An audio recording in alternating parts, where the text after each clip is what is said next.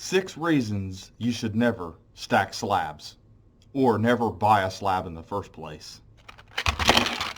The fact that they can fall over is not one of them, but they can fall over if you stack them. We're going to talk about 6 reasons why you should never, ever buy a slab coin.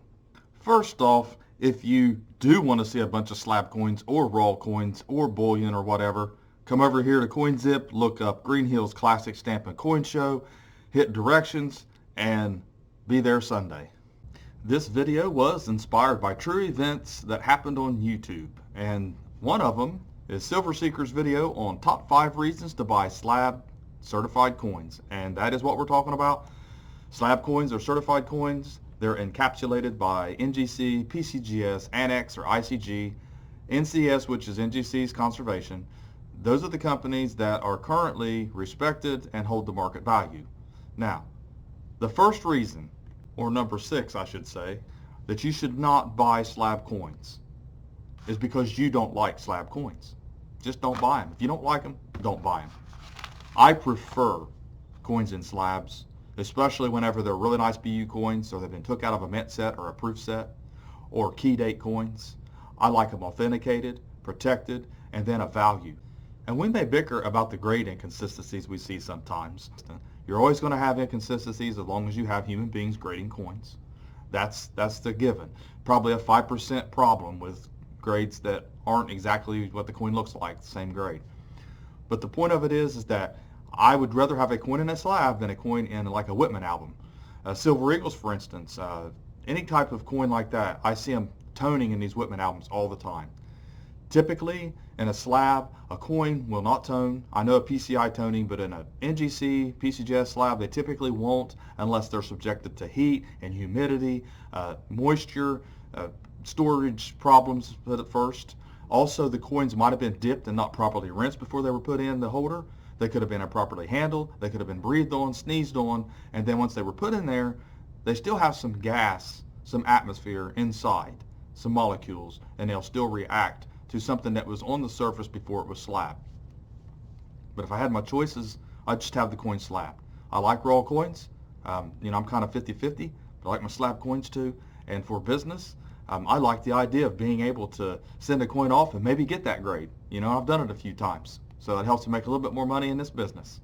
And number 5 on my list is a badly damaged or scratched holder. I've seen it so many times. Holders just got gouges in them. You obviously can use slab renew, something like that, to repair it a little bit, or maybe use something that shines headlights, that repairs headlights, the lenses on a headlight, things like that. But otherwise, I just kind of avoid it. They've been mishandled. They need to be reholdered if they're even worth reholdering. And that leads me to number 4, which is very important. You don't want a slab that is so damaged that it looks tampered with. I did a video not too long ago on a coin that was actually switched. The coin was switched out. The coin was a problem coin. It was artificially toned, and I noticed that the slab was broke open. You can't see it here in this picture, but obviously there was damage to that slab and the coin can be switched out. So you definitely want to watch out for that. Look at the seams and things like that. Make sure you don't buy a coin that's been switched out or a slab that is so damaged that you could tell it's been tampered with. And that leads me to number 3. And I think we've all seen this at coin shows. Somebody has a sticker over top of their grade and they think it's a higher grade, and they got the next grade price on it. So basically someone sends in a 65 and they think it's a 66. They try to sell it for 66 money. Or a coin that didn't make dimple or proof like, and they still think it's proof or like or dimple. They still try to sell that coin for that price, the higher price. You want to avoid that. Just don't do deals with that, because the coin just, if it was misgraded, they just need to resubmit it. If it's not worth it to them, that's fine. Now I get it. Between you and that seller, if you think it's dimple too and you want to pay that price, that's fine. I recommend avoiding that.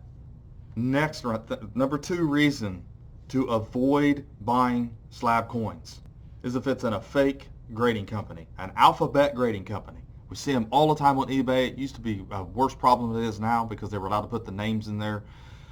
It's been a little bit of a crackdown, but I have the list of all the companies that are legit here too, but I also have a lot of them that are not. I mean, AccuGrade at one time people liked, but you're going to have to buy the coin here. But don't think that if you buy one of these AGS or one of these cheap, I see a lot of people ask me about PCGS coins. They're just companies that are grading their own coins. Blanchard at one time, then when they seemed to be accurately graded, they were just a company though. They weren't a grading service that guaranteed their grades and offered the services for you to submit coins and things like that. So you've got to watch out for the fake grading companies. And folks, this leads me to the number one reason you should never buy a slab coin. And that is fake PCGS, NGC, Annex holders. Right here. Chinese starter kit. Can you imagine that? I've actually had emails saying I can make any slab you want, any coin in it you want.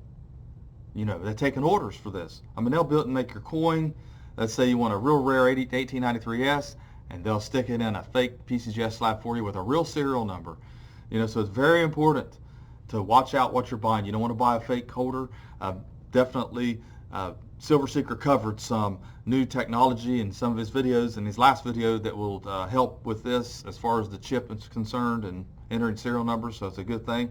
Good thing that he covered that information. I recommend going over and watching his video next. I'll actually put a link to his video down in my description down here. So anyways, there you go. There's the 5 top reasons why you should never buy slab coins that have been graded, obviously. And there's always going to be controversy over, I like slab coins and I like raw coins, ungraded coins.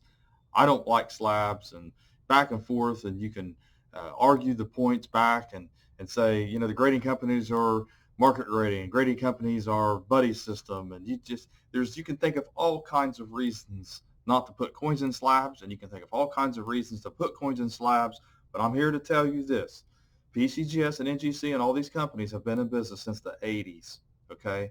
And you would think that if there was some type of market grading going on, or if there was some type of switching out of coins going on, or if there was some type of buddy system or anything like that going on, that there would be a whistleblower. Even the government has whistleblowers. People whistleblow even on penalty of being threatened, okay? So that stands to reason, and they're still in business. And these companies handle the most rare coins known. And they're in their holders, they're in the Smithsonian, they're in top-end collections, and they're coming up on auction all the time. Nobody's trying to go out of business by being a crooked grading service. Grade inconsistencies there. It needs to be fixed. I get that. But all this other junk, you can't prove it. Take them to court, get your attorney, spend the money. If you think you got a case, and just do it.